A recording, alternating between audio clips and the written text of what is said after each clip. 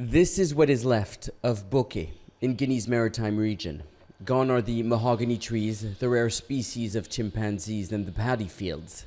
The industrial extraction of bauxite, the ore for aluminum, has turned a once green oasis into a lunar landscape void of life. The water is poisoned by industrial chemicals. This destruction and pollution in one of the world's poorest countries is to extract aluminum to manufacture what the automobile industry calls clean, green-powered electric cars for rich nations. As a result, thousands of villagers in Haque have been forcibly displaced from their homes. Among them, Mohammed SOUMAH, a rice farmer now living in the city in what feels like a prison cell, he says. There is nothing left but dust to eat. We have lost everything. We sometimes go 2 or 3 days without food. Since the Chinese took our land, our life is misery. Human Rights Watch says the displacement of people constitutes a violation of human rights. They hold car manufacturing companies responsible, saying they have failed to address the abuse with their aluminum suppliers. Mining has taken farmland, destroyed fields, cut off water sources, and coated houses and fields in dust. As Guinea's mining industry expands, the government's capacity to oversee the industry must keep pace. Guinea has the largest reserve of bauxite in the world. Much of it is untapped.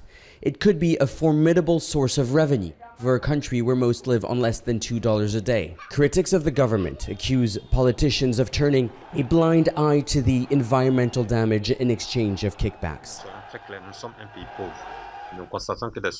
Let's be clear, we are a poor country.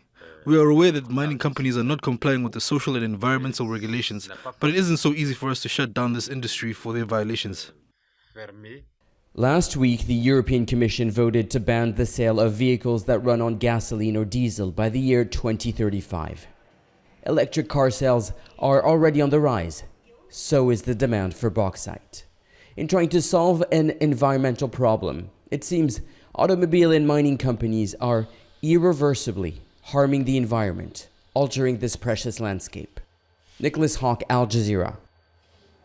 Let's bring in Jim Wormington. He's the senior researcher in the Africa division of Human Rights Watch. He joins us on Skype from Washington. Jim, welcome to the News Hour.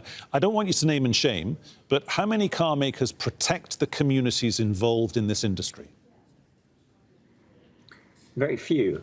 So in the course of our work, we spoke to about 9 of the world's biggest car companies, ranging from BMW to Ford to GM to Toyota. And aluminum is really a blind spot for the car industry. There's been a lot of focus on other materials that you need to make electric vehicles, like cobalt and lithium for electric batteries, but very little focus on the human rights impacts of aluminum. And we think that needs to change because the car industry has a huge amount of influence over mining companies and the sector more broadly. And if the car industry starts to take the human rights and environmental impacts of aluminum seriously, so will mining companies. There must be vast areas in the African countries, we're talking about Guinea in our report there from our correspondent Nick Haque, where given climate change and global warming, the last thing we need is more tens of thousands of square kilometres of land being turned over and left as it is when the industry has finished? Or does the industry make the land good and return it to what it was before? Yeah, it's an extremely difficult question because, of course, in a country like Guinea, which, as your report said, is one of the world's poorest countries, the revenue from mining in the government's eyes is something that could be really essential to the country's development. But at the same time, the mining companies and the car companies that ultimately use the material have an obligation to make sure that if mining is going to happen, it needs to happen in a way that actually meaningfully benefits the communities and the environments where mining is happening. And what we're seeing in Guinea at the moment, as you said, is we're seeing a huge amount of land that communities have relied on for generations being destroyed, and very little government oversight of how mining companies actually act. So once land has been taken, it's not returned to the families who used it previously. It's not rehabilitated so that they can use it again for farming once mining has finished. And it leaves this kind of devastating moon-like landscape that really, as you say, is just a scar on the environment. And so that's where, again, we see the role of car companies as putting pressure on the government and on mining companies to drive up standards.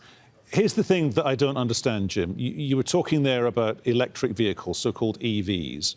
But the demand for aluminium is going to double between now and the year 2050. How can that be as the world does move, perhaps too slowly, towards more of us driving electric vehicles? I mean, the car manufacturers behind EVs, their green credentials are inside their product. And we're told it's super lightweight, it's super flexible, it's super strong, it's good for the planet, it's all sustainable. And yet the demand for aluminium is going to carry on going up and up and up.